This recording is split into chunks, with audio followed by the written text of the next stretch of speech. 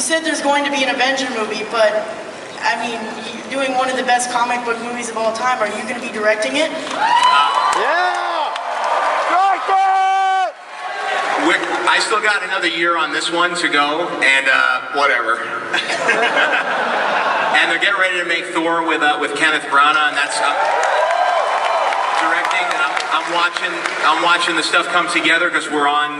Marvel has its own studio location now, so I've been looking at some of the prep work on that and the artwork. It's looking really fantastic. So hopefully all that stuff comes together. I'll be involved in some capacity, but Kevin and I haven't really discussed anything like that. What's fortunate though is that it doesn't shoot until we're done with Iron Man 2. So hopefully the movies will continue to cross-pollinate with one another and inform one another, and I'm really looking forward to being involved with that project in some way.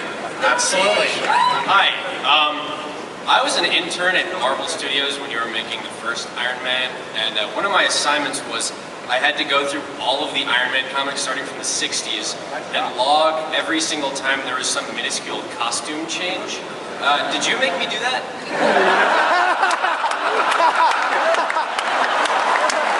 Kevin? That was probably me, and thank you very much. It was for these people we made you do it. Now get back to work. Talk to me about going head-to-head with Mickey Rourke as Whiplash. I honestly barely even know what to say. I thought I was eccentric.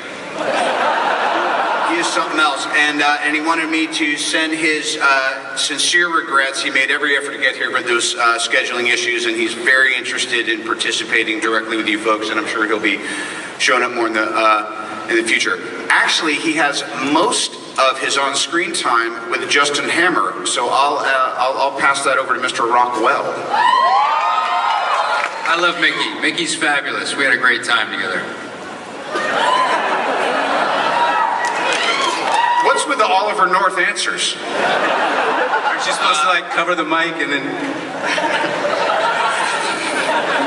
No, Mickey's a consummate actor. He did the work. He was very professional, and we smoked a couple cigarettes together, and that was about it. Yeah. Well, he's obviously in great shape, as we all saw last year in The Wrestler.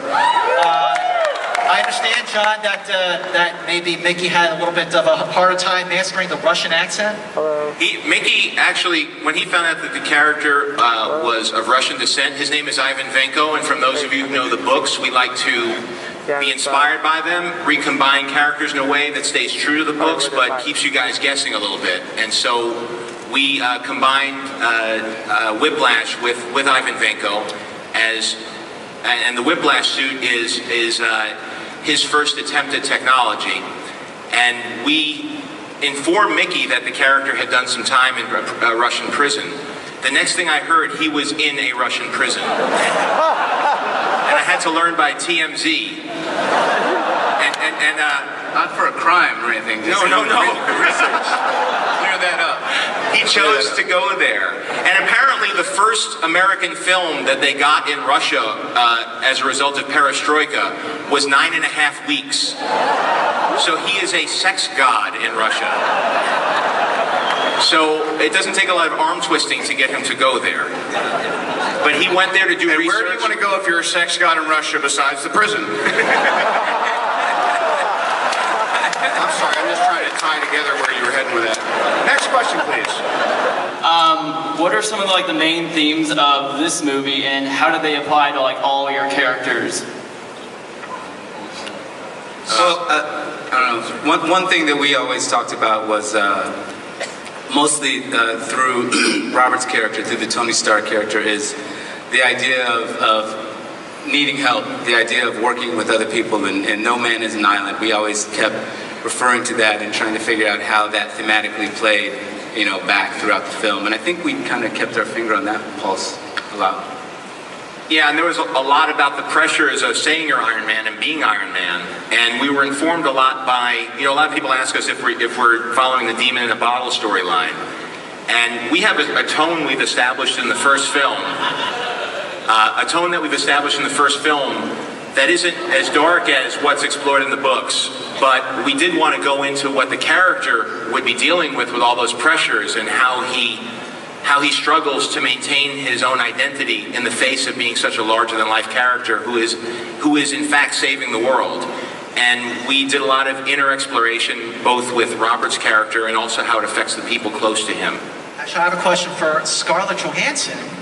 You know, this is a very different role for you. And just tell me about all the training and the stunt work that you did in the movie.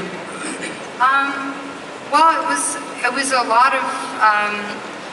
I guess originally it was mostly kind of mixed martial arts training, and I have to say that we had an incredible stunt team. Tom Harper had assembled an amazing crew of people, and it was really just putting in the time. I found that was the only solution, was to put in the time and to spend as much time possible with that stunt team, in order, because I'm the kind of person that if I see a movie, I like to see the actor doing their own stunts. I want to see the face and you recognize the body, and you want to believe it, and so I just put all my vim and vigor into everyday training. My question is for Don Cheadle. How much of your performance was influenced by or informed by Terrence Howard's performance? How much was your own creation? Well, I tried to do the performance based on what the script dictated this time around. That's something that obviously we had to deal with, and I think we deal with it in a kind of an elegant way in the movie and kind of just move on. But I just tried to make it my own. But of course, being the vampire that I am, I tried to siphon everything that I could off of his performance too, so that I could go on and then, modernize it. I want to know how much influence the source material from the man who definitively created the characters we're seeing on the screen today, Bob Layton, the creator of the definitive Iron Man we are all watching on this screen. What impact did he have on this film, and how much of an influence did he have? Bob Layton in the front row, ladies and gentlemen. Let's ask him. Hey, Bob. Come on up. Let's ask him. Let's let him answer. Hi, guys. Hey, man. How's it going? This is your life. I'll pay this guy on the way out. Yeah. They were kind enough to invite me onto the set a few weeks ago and treated me like I was visiting royalty. It was one of the greatest experiences of my career. These two were arguing about Rhodey the second I got there, and they go, "Oh, he can solve this." I immediately said, "What do you think?" But the entire time I was there, and I told them I was incredibly proud of the first movie, and I think this one's going to knock your socks off, without a doubt. So I'm very proud of these guys, and I think the franchise is in good hands. All right. Wow. Thank you. Thanks, Bob. Yeah, who paid who?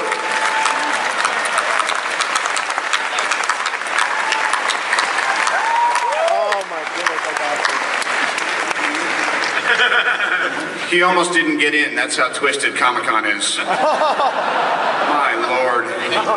Okay, last question. Green Lantern. I have a feeling this question is for Scarlett. No, it's for Robert. Oh, shit. I saw the shirt. Wrong one. Did the studio, Wrong green guy. Did the studio ever approach you to play War Machine in the second film, since you have had experience as an African American like in Tropic Thunder? You're going to waste the last question on that? God, I love you. You smartass. You and I got a lot in common. That's an excellent question. Don Cheadle, what do you prefer playing more? The good guy playing Iron Man 2, or is it the bad guy played in Meteor Man? I don't even know what that other movie is. But I'll just say I had an incredible experience in Iron Man 2, and I look forward to doing it again. Great question. Where's the other guy? Can he come back? All right, everybody. Thank you so very much.